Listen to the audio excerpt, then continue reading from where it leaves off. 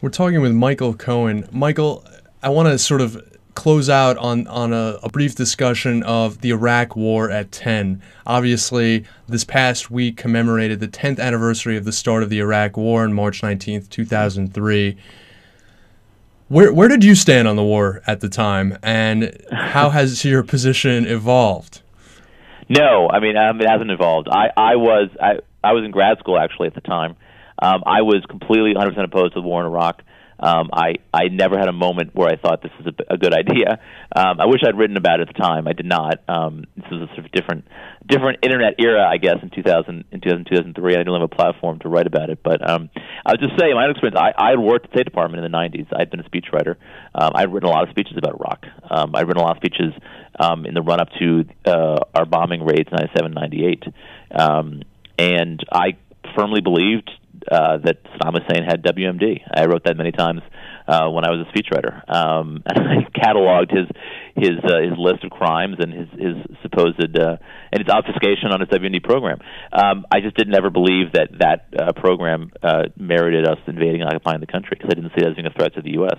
And I think one of the things that I think has been frustrating over the years is you listen to people who were supporters of the war making the WMD argument, saying, I believe he had WMD. My response is, so what?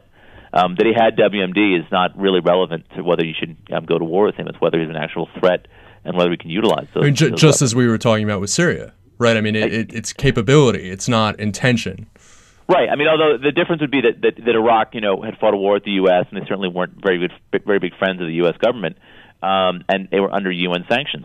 But that last point is actually pretty important. They were under UN sanctions. They were contained. And I think, by the way, the relevance of that is it's a very important point. We tend to forget the fact that Saddam basically spent 10 years under UN sanctions, and that those UN sanctions, while many people obviously would criticize them for the humanitarian impact, and rightfully so, they also prevented Saddam from, again, projecting power outside of his borders. Saddam had invaded Iran in 1981. He'd gone to war in Kuwait in 1990. He was a bad dude. There's no question about it. And those sanctions kept him from being a bad dude outside of his borders. And that was from the standpoint of U.S. national security interests and the regional interests, was a good thing. And we should have maintained that containment regime against Saddam, because it worked and it was effective. And I look at something like Iran right now, and I hear the president say that we can't contain Iran. I shake my head and say, this is exactly wrong. We can contain Iran just as we contained Iraq, just as we contained the Soviet Union, just as we contained North Korea, just as we contain lots of countries who are ruled by bad guys. So I think that's a lesson that we should take away from what happened in Iraq. That first of all, this isn't much of a threat, and we can contain it. But I don't feel like we have taken that lesson away from what happened in Iraq. So what about Iran? Because it seems like the president really has staked out this position that it is absolutely untenable if they get a nuclear weapon, which effectively means that if diplomacy fails, then he will either support a military strike or flip-flop. I mean, that seems like a pretty dangerous position for the president to be in. There's another possibility here that has to be considered. What Obama has said, and I think this is very purposeful, is that he's basically suggested that a nuclear weapon is a red line, but nuclear capability would not be a red line. Now, this is a red line for the Israelis, but having sort of a turnkey capability with Iran's nuclear program, I think would be acceptable to the U.S. And I think that's the message, by the way, that Obama is trying to get across to the Iranians, that we'd like to negotiate, we'd like to get you to end the program, but if you're going to go forward, don't build a bomb. If you build a bomb, then you put me in a difficult position.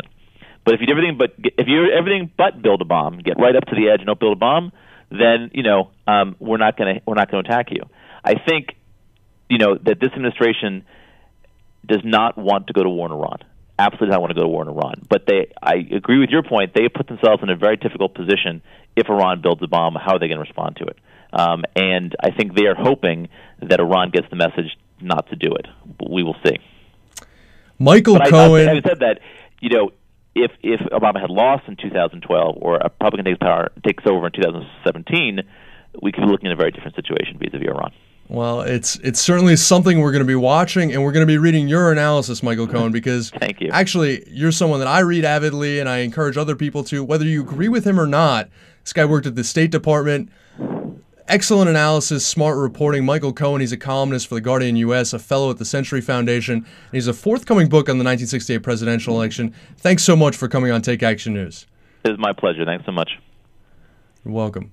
Up next on Take Action News, we've got a great hour of news ahead of us, and of course, social media with Alan Rosenblatt coming up first. Stay tuned.